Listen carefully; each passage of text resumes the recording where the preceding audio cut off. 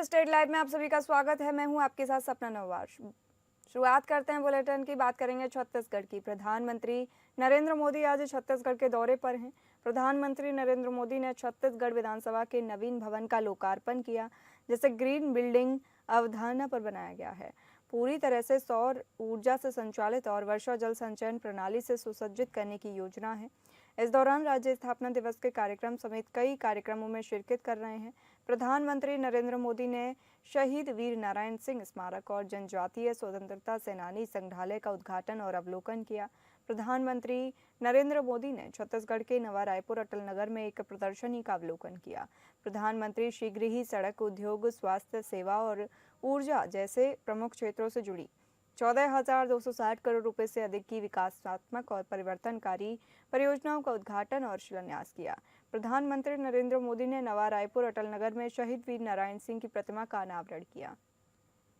प्रधानमंत्री नरेंद्र मोदी ने कहा कि यह हमारा छत्तीसगढ़ तो भगवान श्री राम का ननिहाल है। भगवान श्री राम इस धरती के भांजे हैं।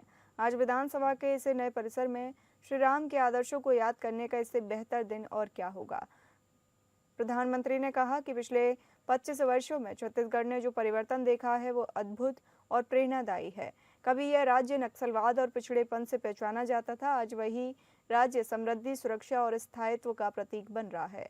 और इस परिवर्तन के पीछे है छत्तीसगढ़ की जनता का परिश्रम और भाजपा की सरकारों का दूरदर्शी नेतृत्व।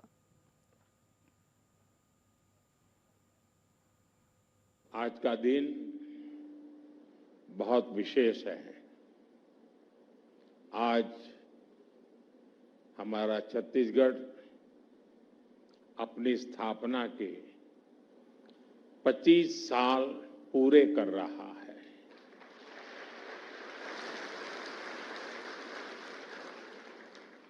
छत्तीसगढ़ के साथ ही झारखंड और उत्तराखंड की स्थापना के भी 25 वर्ष पूरे हुए हैं।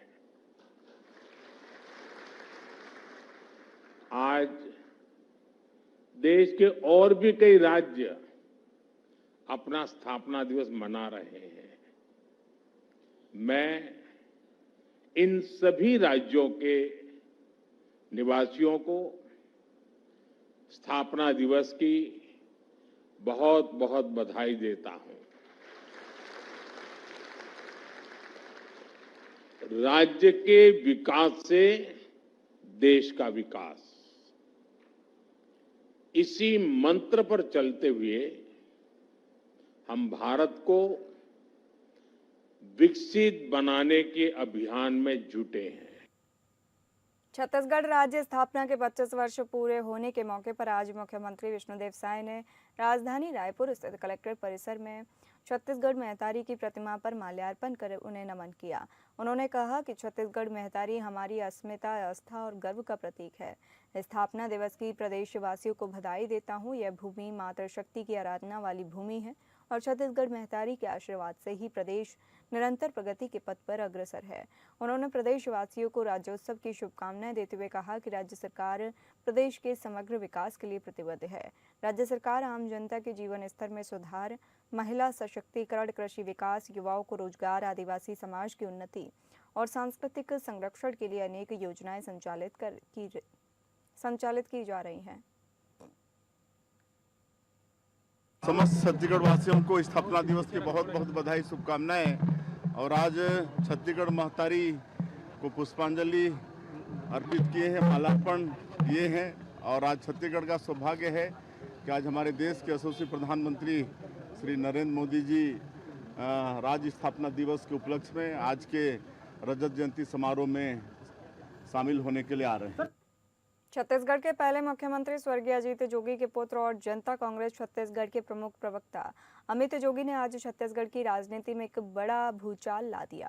उन्होंने राज्य सरकार पर नए विधानसभा भवन के उद्घाटन कार्यक्रम के निमंत्रण पत्र से मिनी माता का नाम कथित तौर पर हटाने का गंभीर आरोप लगाते हुए प्रधानमंत्री के कार्यक्रम के बहिष्कार की खुली चेतावनी दी है। जोगी ने पत्रकार वार्ता कर कहा कि निमंत्रण पत्र से मिनी माता का नाम गायब होना दलित सशक्तिकरण, नारी सशक्तिकरण और छत्तीसगढ़ की अस्मिता का सीधा अपमान है। गंभीर और भावुक स्वर में बोलते हुए अमित जोगी ने कहा कि राज्य के प्रथम मुख्यमंत्री अजीत जोगी ने पुराने विधानसभा भवन का नाम मिनी माता के सम्मान में रखकर एक ऐतिहासिक पहल की थी। योगी ने तीखी टिप्पणी करते हुए कहा कि आज जब राज्य अपने 25वें स्थापना दिवस पर एक नए विधानसभा भवन का उद्घाटन करने जा रहा है तो हमें विधानसभा अध्यक्ष डॉक्टर रमन सिंह की ओर से निमंत्रण मिला है। लेकिन हैरानी और गुस्से की बात यह है कि इस पूरे निमंत्रण पत्र में मिनी माता नाम का कोई जिक्र तक नहीं है। उन्होंने इस कृत्य को सुनियोजित षड्यंत्र या गंभीर भूल करार देते हुए कहा कि यह छत्तीसगढ़ की जनता, इतिहास और संवैधानिक मूल्यों का सीधा अपमान है।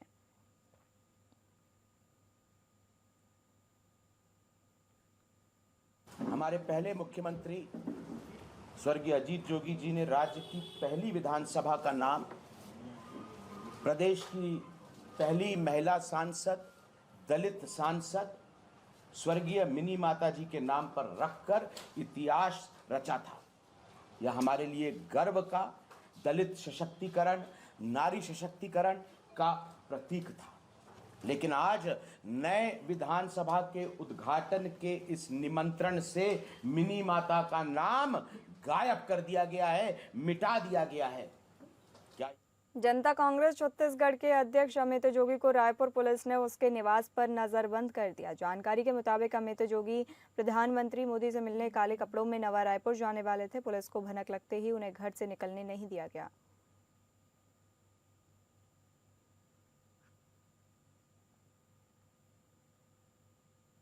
महासमुंद जिले के पिथौरा के सागुन ढाब सहकारी समिति के धान खरीदी केंद्र में लगभग 50 लाख रुपए के गबन का खुलासा हुआ है। वर्ष 2024-25 की खरीदी में प्रभारी मथा मणि बड़ाई और हरिलाल साहू पर 1514.40 क्विंटल धान के गबन का आरोप है। 20 सितंबर को समिति बैठक में जांच में पता चला कि धान राशि समिति खाते में न जाकर निजी खातों में ट्रांसफर हुई। किसानों ने इस पर कलेक्टर और उप पंजीयक से शिकायत की और कड़ी कार्रवाई की मांग की है। उन्होंने चेतावनी दी है कि कार्रवाई नहीं होने पर चक्का जाम और आगामी खरीदी का बहिष्कार किया जाएगा। जांच अधिकारी टीम सागुन ढाब पहुंचकर जांच में जुटी है। उपायुक्त कार्यालय में सरकारी निरीक्षक के पद पर कार्यरत हूँ। आज जांच की गई थी कि शिकायत थी कि धान खरीदी 2024-25 में संस्था के जो प्राधिकृत थे मथामणि बड़े प्रभारी खरीदी प्रभारी हरिलाल साहू के द्वारा धान में घोटाला किया गया। इस संबंध में शिकायत की जांच थी, लेकिन जांच के समय कोई भी दस्तावेजी साक्ष्य या इस प्रकार कोई साक्ष्य प्रस्तुत नहीं किया गया। और धान का जो अंतिम मिलान पत्रक है, धान का अंतिम मिलान पत्रक जो डीमो से हमको मिलता है, उसके अनुसार हमने देखी कि कमी पाई गई है। इसमें 989.89 क्विंटल की कमी पाई गई है, जिस कमी की वसूली के लिए संबंधित कर्मचारी के ऊपर कार्रवाई की जा रही है।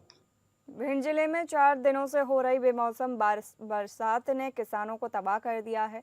जिले में गोहद विधानसभा क्षेत्र को धान का कटोरा कहा जाता है, जहां धान की फसल को भारी नुकसान हुआ है।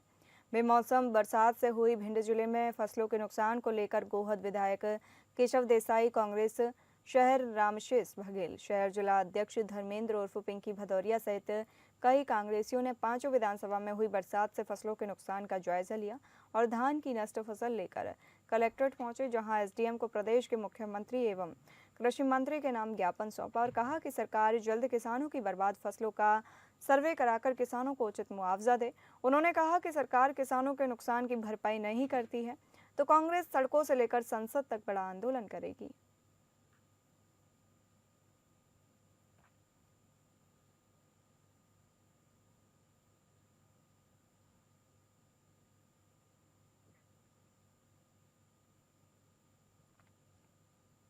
भितरवार विधायक मोहन सिंह राठौर बेमौसम बरसात से प्रभावित किसानों के खेतों में पहुंचे।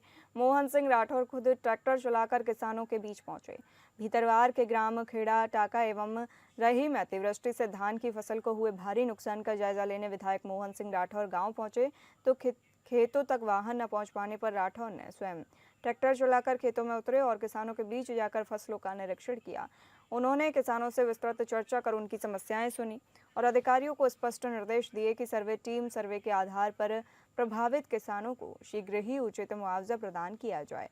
सर्वे कार्य में किसी भी प्रकार की लापरवाही बर्दाश्त नहीं की जाएगी। उन्होंने कहा कि मुख्यमंत्री डॉक्टर मोहन यादव की सरकार जनसेवा और जनता के बीच जाकर उनकी पीड़ा को महसूस कर रही है। प्रदेश की सरकार किसानों के साथ है।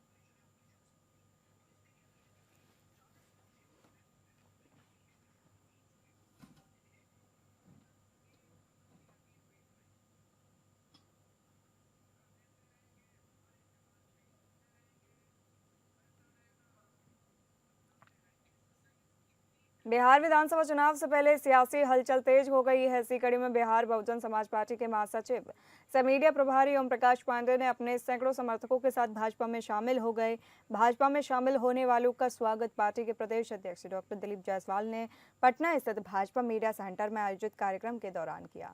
इस मौके पर सभी नए सदस्यों को भाजपा की सदस्यता दिलाई गई। डॉक्टर जायसवाल ने कहा कि प्रधानमंत्री नरेंद्र मोदी के विकसित भारत के संकल्प और भाजपा की नीतियों से प्रेरित होकर ये सभी लोग पार्टी में शामिल हुए। उन्होंने कहा कि ओम प्रकाश पांडेय के भाजपा में आने से शाहाबाद इलाका और भी मजबूत होगा। डॉक्टर जायसवाल ने बताया कि इस विधानसभा चुनाव में सोहेल देव भारतीय जनसेवा दल ने भी एनडीए को समर्थन देने की घोषणा की है। इसके साथ ही संत रामपाल जी महाराज के बिहार में मौजूद लाखों अनुयायियों ने भी एनडीए प्रत्याशियों को समर्थन देने की बात कही है।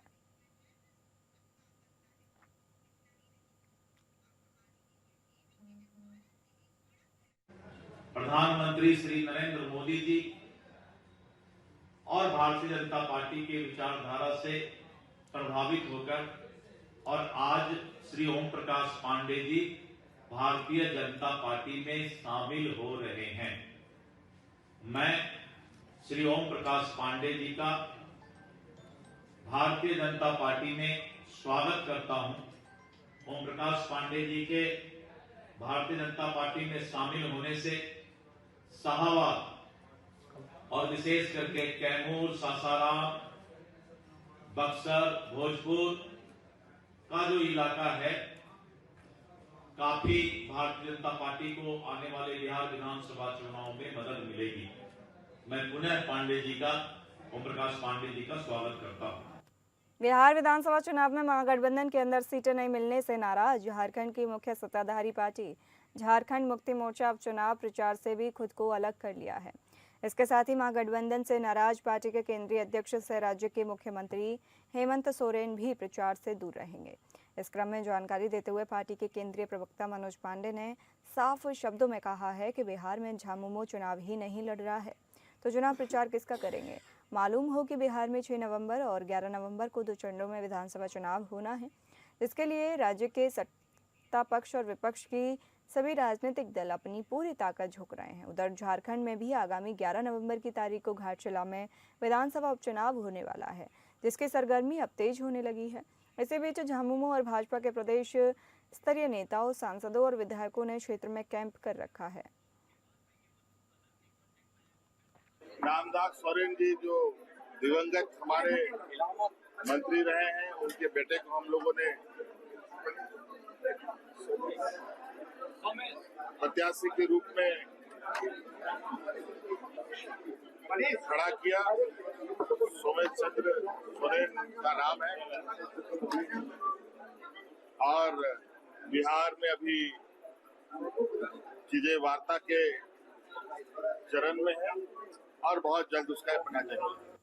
भगवान बिरसा मुंडा की 150वीं जयंती के अवसर पर 15 नवंबर को रांची से लेकर राजधानी दिल्ली तक झारखंड प्रदेश भाजपा बड़े कार्यक्रम की तैयारी में जुट गई है। तो वहीं खूंटी जिले के उलीहातू में भगवान बिरसा के जन्म स्थान पर भी विशेष कार्यक्रम के दौरान केंद्रीय मंत्री की उपस्थिति की भी संभावना जताई जा रही है, जिसे लेकर भाजपा केंद्रीय नेतृत्व व राज्य के आदिवासी समाज के सांस्कृतिक और धार्मिक नेताओं को प्रधानमंत्री से मिलाने की पूरी योजना बना रही है। इसी क्रम में राजधानी रांची में आज पार्टी के केंद्रीय कार्यालय में एक कार्यशाला का आयोजन रखा गया, जहां कार्यकारी अध्यक्ष और सांसद आदित्य साहू मुख्य रूप से कार्यक्रम को संबोधित करते हुए नजर आए।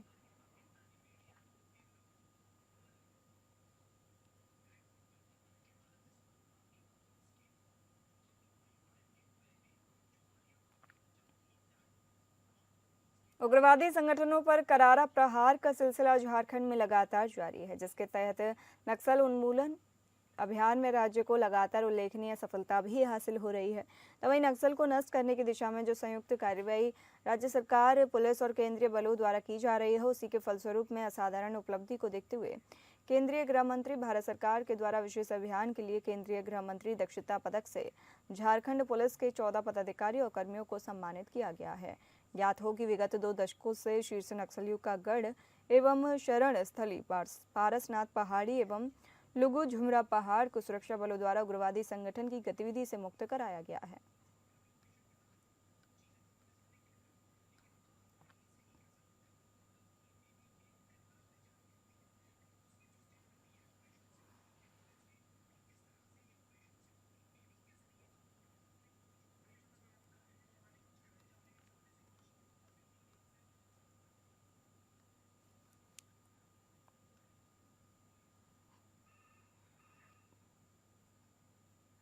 चाईबासा में बच्चों को संक्रमित ब्लड चढ़ाए जाने के मामले पर सख्त रवैया अपनाते हुए झारखंड सरकार ने लाइसेंस नवीनीकरण नहीं कराने वाले राज्य के सभी ब्लड बैंकों में रक्त जांच पर पूरी तरह रोक लगा दी है।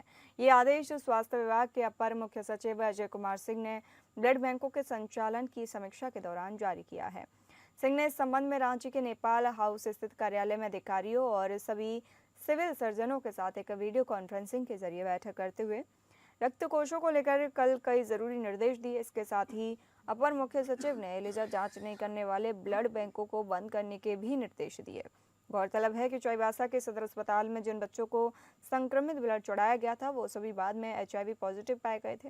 इलाज के दौरान हुई इस लापरवाही के प्रति उच्च न्यायालय ने भी संज्ञान लिया है। इसी बीच कल रांची के civil surgeon doctor Prabhat Kumar ने भी मीडिया से बातचीत में बड़ी जानकारी साझा की। देखिए, थैलेसीमिया पेशेंट को महीने में 1 या 2 बार चलाना पड़ता है और जब तक वो धरती पर हैं, जीवित हैं, तब तक उनको चलाना ही पड़ता है। क्योंकि इसका फाइनल ट्रीटमेंट हम लोग यहाँ नहीं कर पाते हैं, तो अभी तो चल रहा है उनका 2 बार से लेके 1 बार ब्लड चलता है। क्योंकि बहुत बार थैलेसीमिया पेशेंट का हीमोग्लोबिन 2 ग्राम भी हो जाता है, 3 ग्राम हो जाता है। ऐसी हालत में ब्लड नहीं चढ़ने से उनके जीवन पर खतरा आ सकता है। तो ब्लड चढ़ना भी जरूरी है और सेफेस्ट ब्लड चढ़ना जरूरी है, जो बिल्कुल सेफ हो, उनको कोई खतरा नहीं हो। केवल HIV नहीं, बल्कि हम लोग hepatitis B, hepatitis C, malaria और ऐसे अनेकों जांच जो भी जरूरी होते हैं करते हैं, उसके बाद ही ब्लड चढ़ाते हैं। टेस्टेड ब्लड ही केवल चढ़ाया जाता है। CGL पेपर लीक केस को लेकर झारखंड हाईकोर्ट में शुक्रवार को हुई एक अहम सुनवाई के दौरान राज्य सरकार को बड़ा झटका देते हुए CGL 2023 परीक्षा परिणाम पर रोक को बरकरार रखने का अहम फैसला सुनाया गया है। बता दें कि चीफ जस्टिस तरलोक सिंह चौहान और जस्टिस राजेश शंकर की खंडपीठ में हुई सुनवाई के दौरान इस मामले को लेकर सरकार और Jharkhand staff selection commission JSSC की ओर से विस्तृत बहस हुई। इस दौरान महाधिवक्ता राजीव रंजन ने अदालत को यह बताया कि गिरफ्तार आरोपी संतोष मस्ताना की पूछताछ में ये बात सामने आई कि प्रश्न पत्र कथित रूप से गैस पेपर से मिलते जुलते थे, न कि असली पेपर लीक हुआ था। इसलिए जांच में पेपर लीक होने के ठोस सबूत नहीं मिले हैं, जिस पर अदालत ने CID के IG, DIG और जांच अधिकारी से पूछा कि जब FSL रिपोर्ट में मोबाइल का कॉल लॉग नहीं मिला तो उसे रिस्टोर कराने का प्रयास क्यों नहीं किया गया। वहीं हस्तक्षेपकर्ता की ओर से वरिष्ठ अधिवक्ता गोपाल शंकर नारायण और अधिवक्ता अमृतांश वत्स ने कहा कि 22 अगस्त को हुई परीक्षा में भाषा का पेपर था, इसलिए उस दिन अधिक अभ्यर्थी पास हुए। उन्होंने नीट परीक्षा से जुड़े सुप्रीम कोर्ट के आदेश का हवाला देते हुए कहा कि यदि पेपर लीक के आरोप में सीमित अभ्यर्थी शामिल हैं तो पूरी परीक्षा रद्द करना उचित नहीं होगा।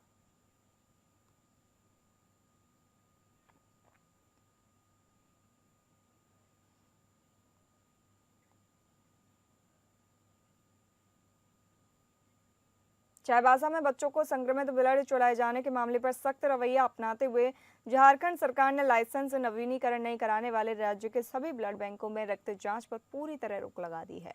ये आदेश स्वास्थ्य विभाग के अपर मुख्य सचिव अजय कुमार सिंह ने ब्लड बैंकों के संचालन की समीक्षा के दौरान जारी किया है। सिंह ने इस संबंध में रांची के नेपाल हाउस स्थित कार्यालय में अधिकारियों और सभी सिविल सर्जनों के साथ एक वीडियो कॉन्फ्रेंसिंग के जरिए बैठक करते हुए रक्त कोषों को लेकर कल कई जरूरी निर्देश दिए।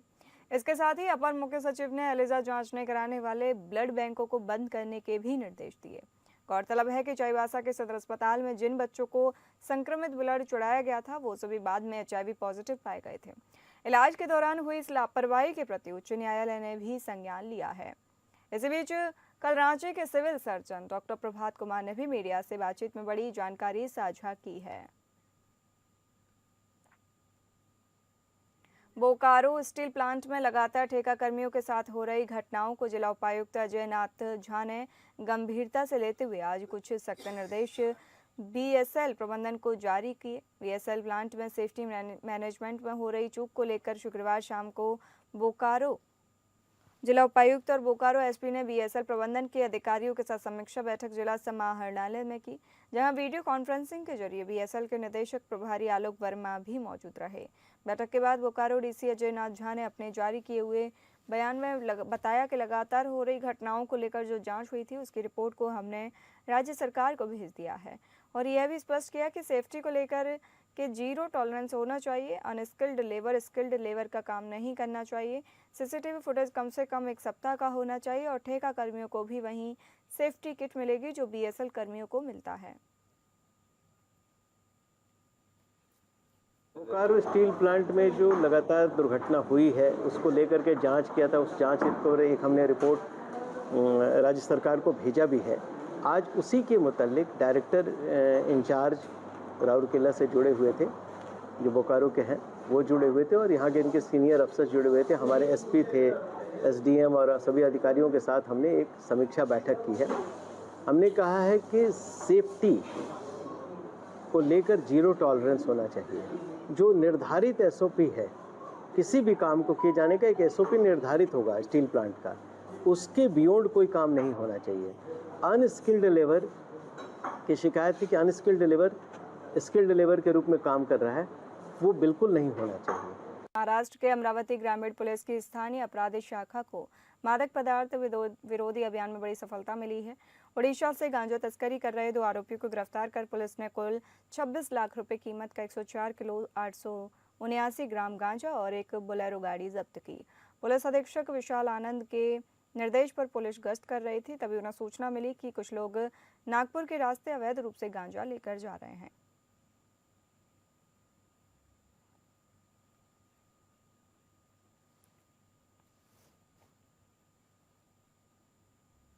लातूर में कोयला गैंग की बढ़ती वारदातों से लोग सहमे हुए हैं। पुलिस अब इस गैंग के खिलाफ सख्त कार्रवाई की तैयारी में जुटी है।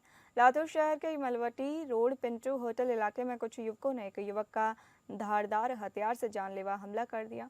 पूरा हमला पास के सीसीटीवी कैमरे में कैद हो गया है। मामूली विवाद के बाद 2 से 3 हमलावरों ने युवक पर कोयते से हमला किया था।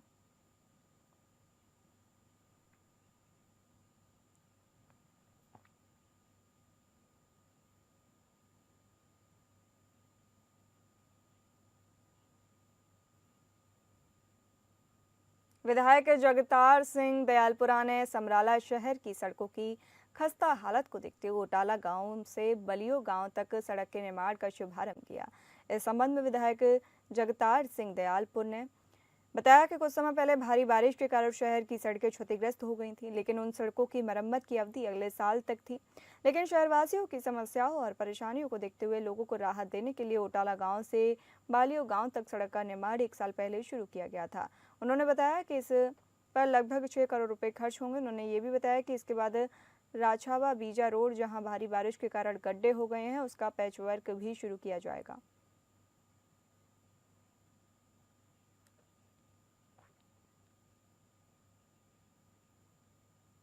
पंजाब की कपूरथला पुलिस ने एक पाकिस्तानी जासूस को गिरफ्तार किया है। कपूरथला पुलिस को खुफिया सूत्रों से सूचना मिली कि न्यू आर्मी कैंट कपूरथला में राजा नाम का युवक, जो न्यू आर्मी कैंट में निजी तौर पर सफाई कर्मी का काम करता है, वो पड़ोसी दुश्मन देश पाकिस्तान के लिए जासूसी कर रहा है। अपने मोबाइल फोन के माध्यम से आर्मी कैंट क्षेत्र की तस्वीरें भेज रहा है और सेना की गुप्त योजना की जानकारी पाकिस्तान को दे रहा है।